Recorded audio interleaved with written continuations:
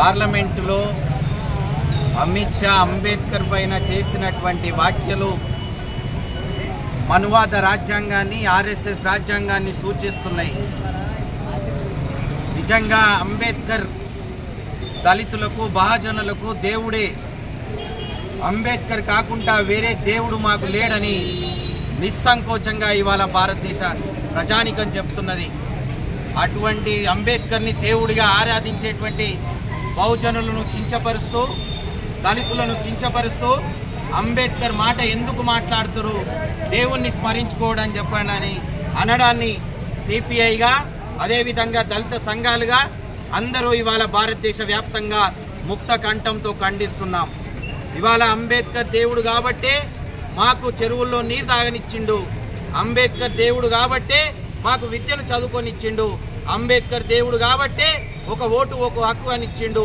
అంబేద్కర్ దేవుడు కాబట్టే మాకు రిజర్వేషన్లను కల్పించి విద్యను, వైద్యాన్ని, ఉద్యోగాలను కల్పించిండు.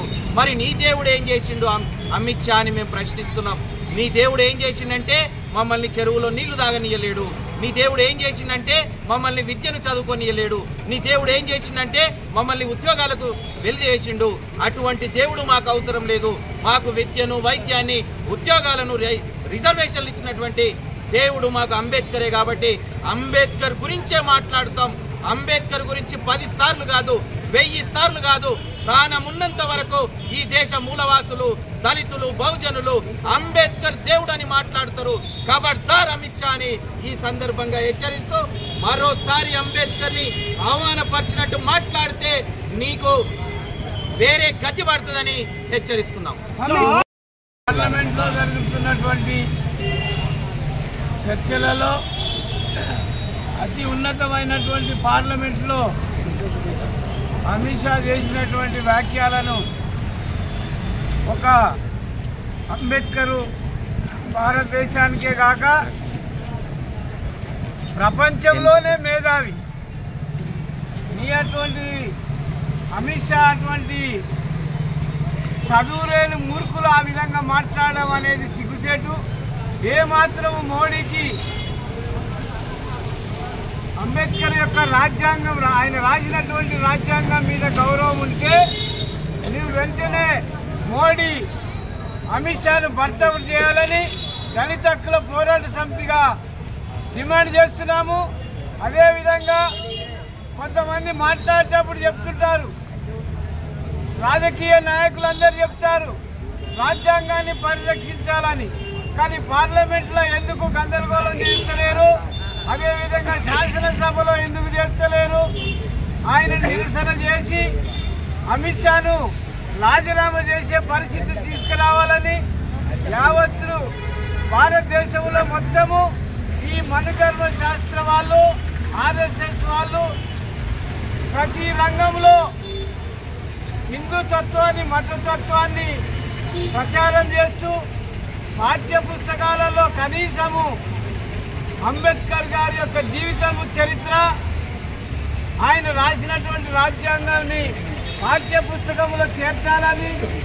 కాకపోతే ఇప్పుడున్నటువంటి సమాజము ఎటువంటి ఉన్నదని అంటే నిజంగా ఎంత బుద్ధి లేనటువంటి వాళ్ళు ఆర్ఎస్ఎస్ వాళ్ళు అంటే, గాంధీ గారిని చంపేసినటువంటి గాడ్సేకు గుడి కట్టినటువంటి దుర్మార్గమైనటువంటి ఆర్ఎస్ఎస్ విధానం రాబోయే కాలంలో కనీసం ఈ మాత్రం కూడా మాట్లాడుకోలేనటువంటి పరిస్థితి వస్తుంది.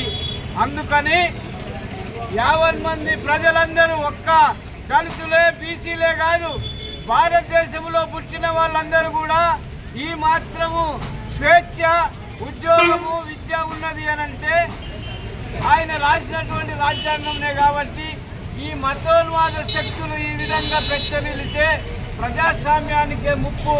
అందుకనే దళిత హక్కుల పోరాట సమితి రాష్ట్ర అధ్యక్షులుగా మీ అందరికి మనవి చేసేదంటే, ఈ ఒక్కరోజే కాకుండా రేపు కూడా ఇటువంటి నిరసనలు తెలియపరచాలి. ఒక 2 రోజులు చేయాలని కోరుకుంటూ, మనం నిరసనలే కాదు, అవసరమైతే ఆయన అనుకోవచ్చు మిమ్మల్ని గద్దెదింపే రోజులు వస్తాయని హెచ్చరిక చేస్తూ అందరికీ జై భీమ్. మరి నిన్న పార్లమెంట్లో కేంద్ర మంత్రి అమిత్ షా గారు మాట్లాడిన మాటలు ప్రజలకు విరుద్ధంగా ఉన్నాయి. మరి ఏదైతే ఇది మత ప్రచారంగా వాళ్ళు అనుకుంటారు, మరి ఈరోజు భారత రాజ్యాంగ నిర్మాత భారత రాజ్యాంగం ద్వారానే ఓటు హక్కు ద్వారానే మరి ఈరోజు ఆయన కేంద్ర మంత్రి అయినట్లు అందరికీ తెలుసు. మరి ఆయనకెందుకు తెలియదు?